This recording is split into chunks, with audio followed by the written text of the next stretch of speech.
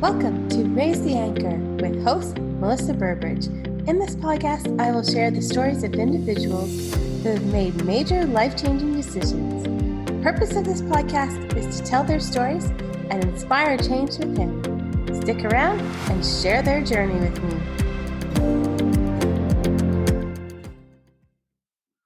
So today on the podcast, we have a special edition where we will be talking about suicide. It is one of the things that needs to be spoken about, but is not spoken about.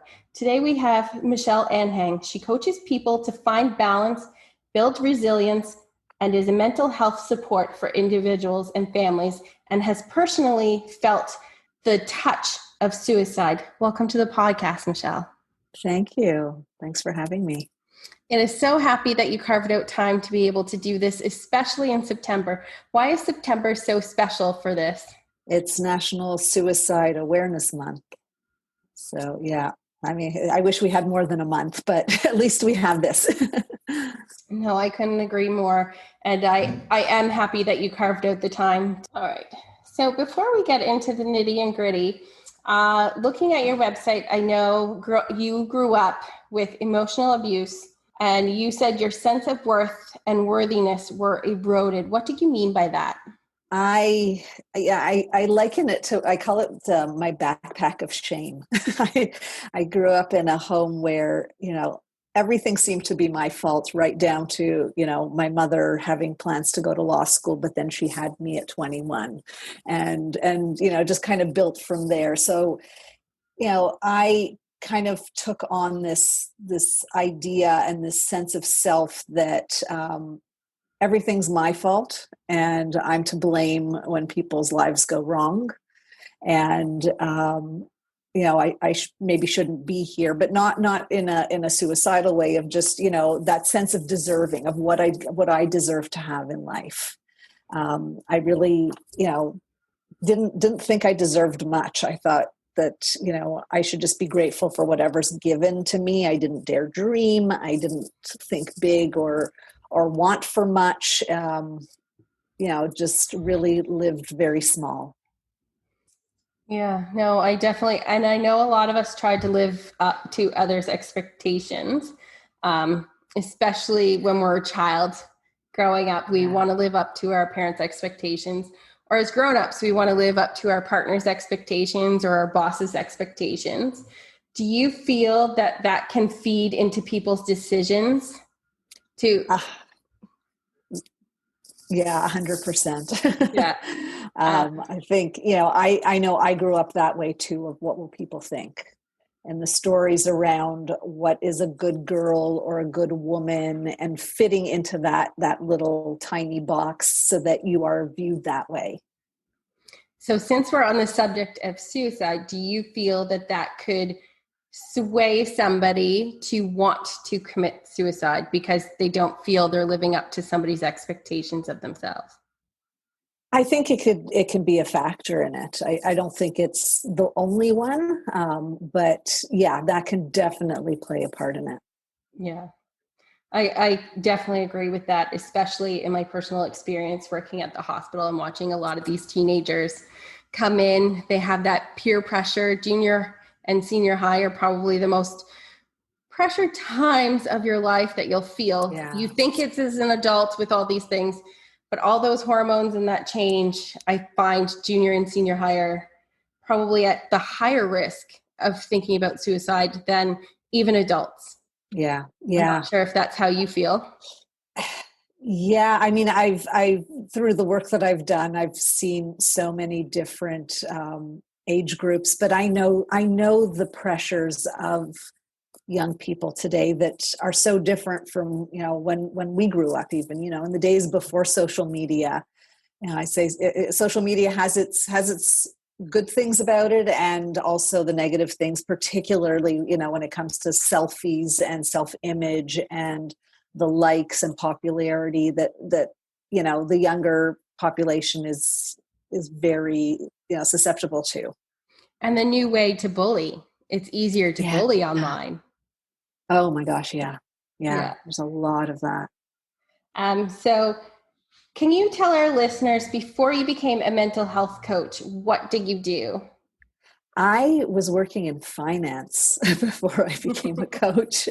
And before that, I spent 10 years in law, kind of, you know, yeah, bounced around. Those were careers that, again, being young, I got married at 22, and I had my degree in psychology and didn't know what to do with it. And that at that point in time, my mother was like, "Oh, you should become a law clerk." And being in the from this family that was very controlling and emotionally abusive, and not ever thinking it was okay to think for myself, it was just like, okay, if this is what my mother's telling me to do, I should probably do it.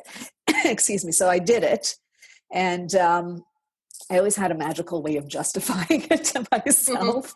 I'm just like, okay, this is a good career because I'm getting married and I'm going to have kids, and it's 9 to 5 and all of that. But it was a very it was a very stressful job. And then I got into law. A friend of mine, it asked me if I wanted to join his company. And again, one of those places of like, oh, okay, you're asking me, so you must see some kind of value in me. Sure, I'll join.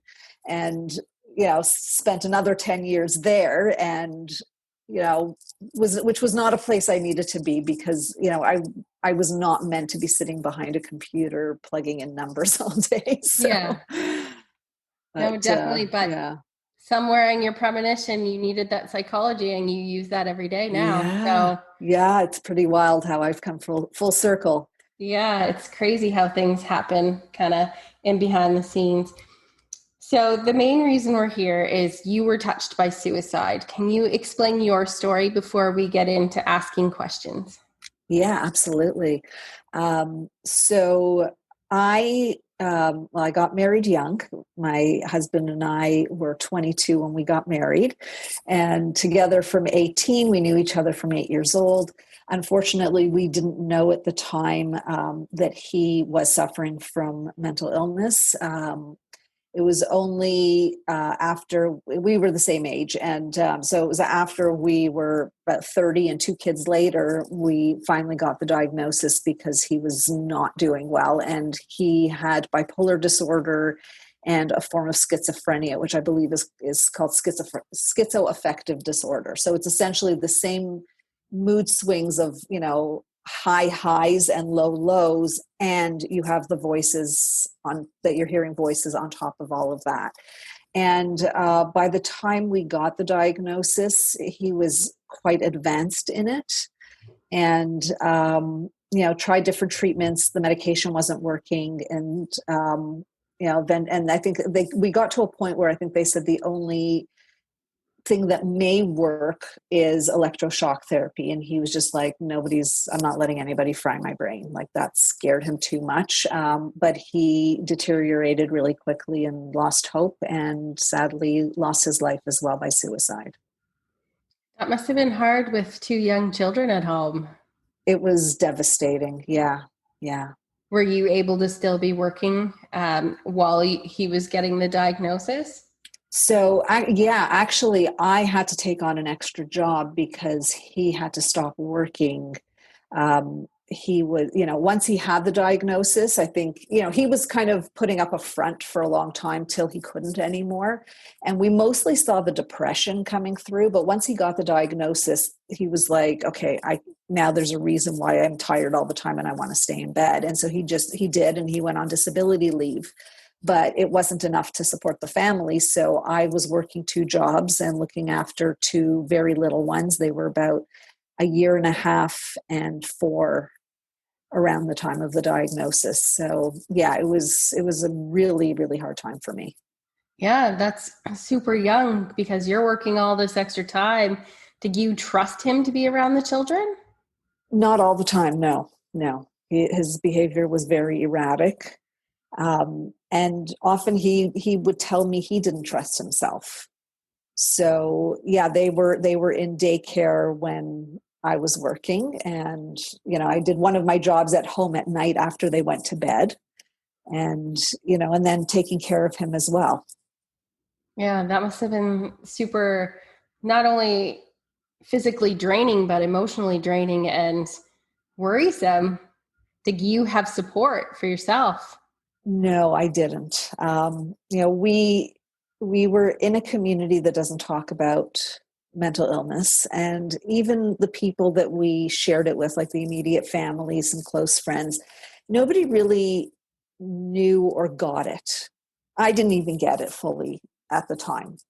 It was just so foreign to me, um, that people, and we were keeping it very quiet too. My husband felt a lot of shame around it. He didn't want people to know he wasn't working. So you know and it's interesting because he had a company vehicle that he drove, and that he had to give back when he stopped working. And so when people would ask, oh, what happened to the vehicle, we were just like, oh no, he got moved to a different department, he doesn't have the car anymore. Oh, And so we were making up stories for that. So yeah, I didn't have any support. I did go to a support group, but every time I'd go in, I would just sit down and just start crying and cry from beginning to end, because that was the only place where I felt safe to do that. yeah. And that would have been hard for, even though your kids were so young, that would have been, had a weird energy in the house. Oh, absolutely. Yeah. Yeah. Yeah. And I imagine your boys probably don't remember any of that. They were so young, Yeah, they don't. but, and they probably don't even remember their dad at all.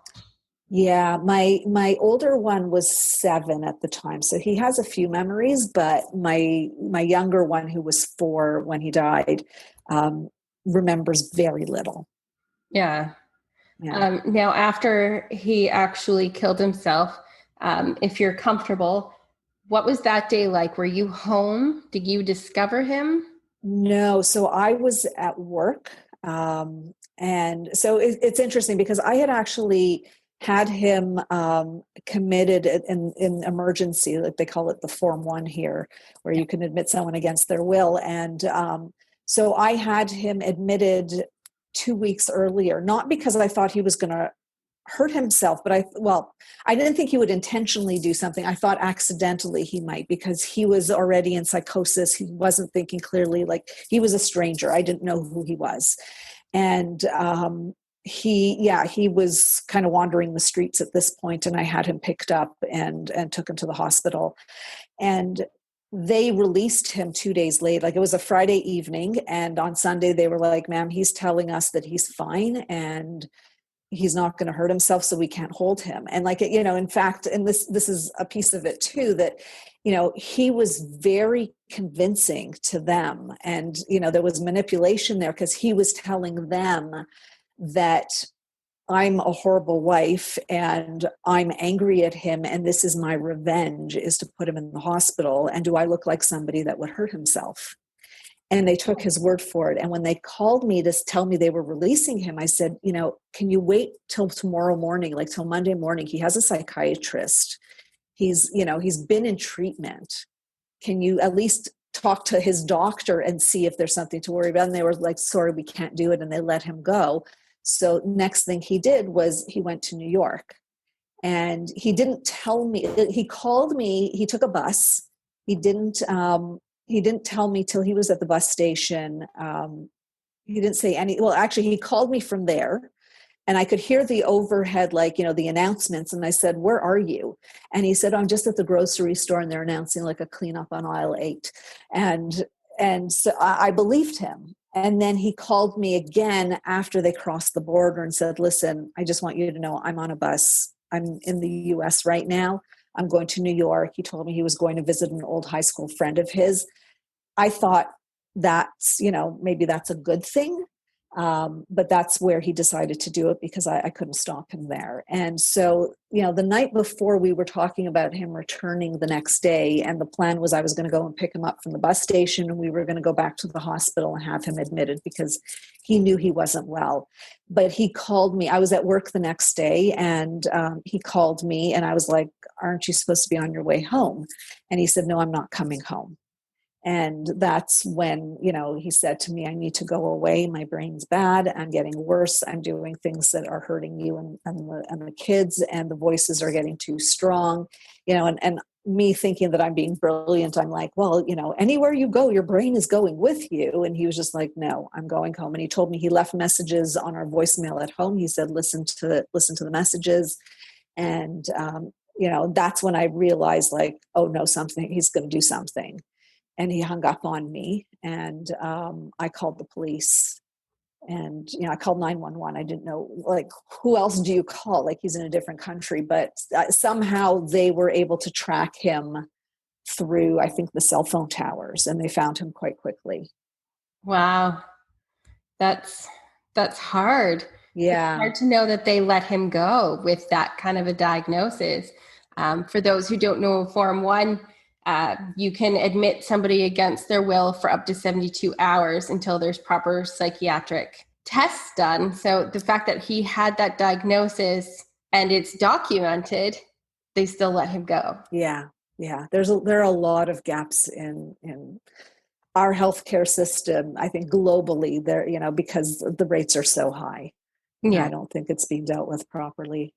No, and I think a lot of people, the mental health field itself is overstretched because there's not as many people in it. They need Yeah. more people, and they Yeah. need more people talking about it. When you're talking about him not being comfortable talking about his own diagnosis, that's usually a first sign that now that you've experienced it, I'm sure you can pick that up in other people. Yeah. Yes. Yeah. Definitely. Through my experience, through training I've done since then, I can sense these things pretty quickly. And it saddens me though that I have such an astute sense of when something's up. But I think we can't always tell when they're suicidal. That's the only thing that No. they do such a good job at hiding it when they want to. And I often think that sometimes they don't even know it themselves until it's too late. That could So be. did you have a lot of regret after everything? Ah, yeah. Definitely, wondered where I might have gone wrong. That was definitely the first place I went to. And I'll add too that after he died, the family's reaction was, what are we going to tell people? And so they wanted to keep it a secret, which then exacerbated my feeling of like, oh my gosh, there is something to be ashamed of, and maybe this is my fault, and maybe keeping it a secret is a good plan. Because I was thinking like, should I have been monitoring his medication more, better? Should I have been on top of things in a different way? Micromanaging and being codependent, which I completely was. So I was already trying to control so many aspects of his life and his illness. And then it was just like, did I do enough? Did I love him enough? Because there's that idea that somehow if we love the person, we can make them smile when they're down, then we can fix it, or or that somehow it's within our control. And so my mind was definitely racing around should have, would haves, and could haves. Yeah, you were already taking the blame on yourself instead of his illness. Yes. Yeah. And that was my pattern. So it was just one more thing. And people without the pattern do it too. But Yeah. that was my default. And so I immediately went to that place. Do you find people were blaming you? Yes. There was definitely an element of looking to point fingers. And I, I understand it now. I think this is a human tendency to kind of want to point fingers and blame somebody for something that we can't understand and make sense of. And so, I underwent, a lot of questioning of, why didn't you do this, or why didn't you do that? And most of the things I had done already, which then also added to my frustration, because it was like, don't they know how much I have already done? But there were rumors, there were, lots of stories. And so, I think that I know there was definitely some resentment, some anger that I somehow didn't save him from this. Yeah. And now that your boys are much older, have you explained all of this to them? Yes. Yeah. We had kept it secret for almost 11 years, and I didn't tell my kids at the time. I told myself that they were too young, and if I can't understand how he did it, how are they going to understand it? I didn't want them internalizing it. And keeping the secret though had a huge impact on me and my life, my mental health. And I finally reached a point where I had to do my work, and I just said, I don't want to keep this a secret anymore. And so I told my kids the truth. They were 15 and 18 at the time. And I just said, I wish we had done things differently, but this was the decision made at the time. And I don't want to keep that secret from you anymore. From now on, only the truth. And so we've been very open, very honest, and I've had many conversations, since then, a couple of years ago or a few years ago at this point, and thankfully they were very understanding too. They knew how the family doesn't talk about certain things, and many families have like the family secrets that we don't share. Maybe it's all families. I'm starting to think it's all families, because every time I say that, everybody's always nodding. It's like, yeah, we know. Oh, So definitely. yeah, so they understood that, and they also knew I had been doing a lot of my own work to heal and become a better person and live in integrity. And so they said, we wish we had known from the beginning, but we're glad you told us now, and we understand. So now that you understand your husband's diagnosis more, are you worried that either of the boys, because bipolar can be hereditary, are you worried? Are you working towards making sure they understand any of the signs? Um, yes, yes, and yes. um, I spent many years, because they were going through their grieving process, and a component of that for children is they relive the grief at different stages in their lives as they develop cognitively. They re-experience it and move through it. So anytime we had challenges, my older one at about 10 went through a really tough time, was really angry because all his buddies were playing baseball with their dads in the park or catch, and he didn't have a dad.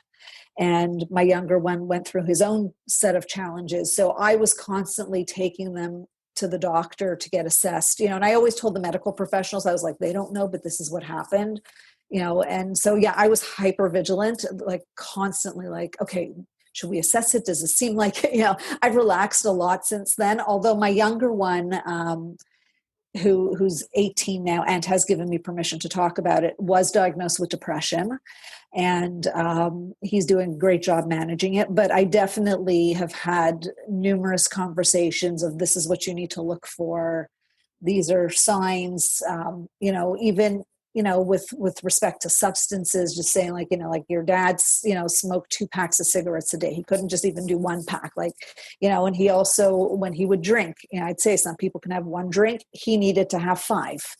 And saying, like, these things are hereditary, you need to look out for those things. So even before they knew about the suicide, I was telling them, kind of educating them in a roundabout way, which wasn't the Yeah. best, but now I'm very direct. They know all about it. I mean, they hear me and know all of the work that I'm doing. They actually edit a lot of my posts and things. So they're probably almost as knowledgeable as I am at this point. Well, that's good. It's especially good because I know going in and working in healthcare, especially when I worked some of my shifts in the ER, you're so overloaded. And a nurse doesn't ever mean to make a mistake or make a snap judgment, but you have a room full of people, you're listening to the symptoms, and you're trying to get the room clear. That's Right. that's the nurse's job. Yeah. So often when the mental health people come in, they are so good at covering it up Yeah. because they've learned to hide it because Yeah. they're uncomfortable with it. So if they have the knowledge already of the bipolar symptoms, that'll help them if they ever do actually go in. Yeah, I agree. And what I'm finding with the younger generation too is they're so much more open about it. They don't carry the same shame as we parents and grandparents do. And I mean, I don't know if it's a good thing or a bad thing because so many kids are on medication these days, but they're all talking about it. So I know, like with my younger son, one of his close friends has bipolar. And so he's very aware of, he'll say to me like, oh, I'm not going out with my buddy tonight, even though I plan to. Why not? Well, he's having a manic episode and I can't be around him right now. Yeah. So he knows. And, and at the same time, he's like there for his friend when his friend is needing help. And he's just like, okay, he's feeling really down, Mom, I'm going to go over and be with him. It's like, okay, cool. So yeah, just seeing how they are so open and talking about it and how much healthier it is the way they're doing. And it's like, okay, we're the ones that need to shift our mindsets. I know. I couldn't agree more because a lot of the people that you see come back from Iraq or the police officers now, if you look at the stats in the States that are killing themselves because of the job, but they also don't want to admit that they have an issue. Yeah. Because then their job as an authoritative is then compromised as a weak person. But Yes. It's not true. Yeah. We all have issues. Yes. Yes. And vulnerability is a strength. We just have been programmed to think it's not. So I think it's beautiful that the new generation wants to talk about things. I know my children talk about things. I had, because I have PTSD and my listeners know that, I had a panic attack in New York, of all places. And I never drive in New York. And I'm in the middle of driving in New York with a panic attack. And my daughter, who is now 11, knows enough how to calm me down from a panic attack. Wow. Because they are so open and intuitive and they watch those things. So as much as people say that the new generation is too sensitive, maybe they're just the right amount of sensitive.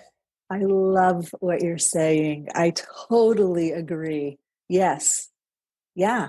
Because we were taught not to be sensitive, but it's like we were given these emotions for a reason. And yeah, in the coaching and the work that I do, I always say like emotions are just information.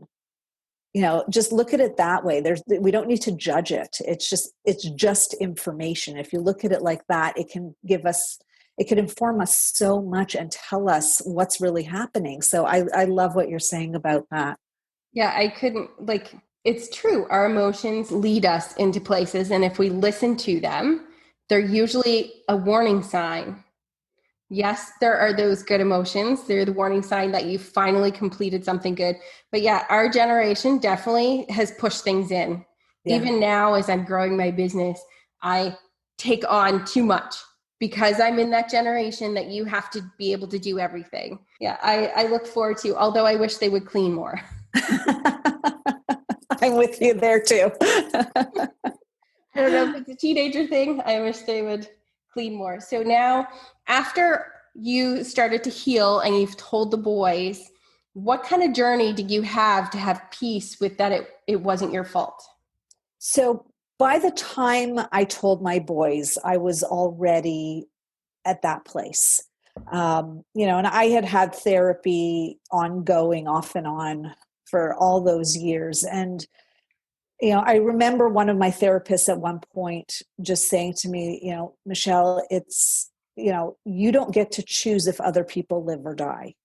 If someone wants to die, they will. And by you thinking you have any kind of control over it, that's actually kind of like thinking you're God. And it was like, oh, yeah, okay, thank you. And that just, was so relieving of just like, yeah, you're right. Like I can't control somebody's life or death. Like that's so out of my hands. And, especially somebody that was that sick. And I realized like, from what I know now, like particularly about our survival instinct and how strong it is and how many of us are like living in this fight or flight place and, but how strong it is that if somebody gets to the point where they don't have that survival instinct anymore, like there's something wrong with their brain. It's nobody else can take that. Like no one can change that. No. And it doesn't matter how as sad as it says, once they're to that point, it's pretty hard to come back and train them to get away from those thoughts. I did have a guest on the podcast a while ago that was ready to end everything, but he found a higher purpose. That is a rarity. And I love you, Dean Fox, if you're listening, but that is a rarity once they get to that point. Yeah, I agree. And and it depends. Like with my husband, he was psychotic, and there was no bringing him back from that place. He was completely out of touch with reality.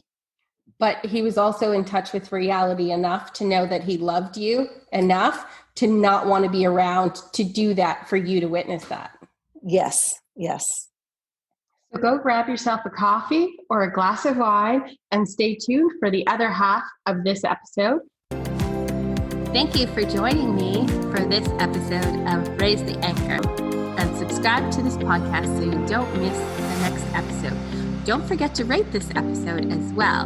I'm Melissa Burbridge, wishing you smooth sailing.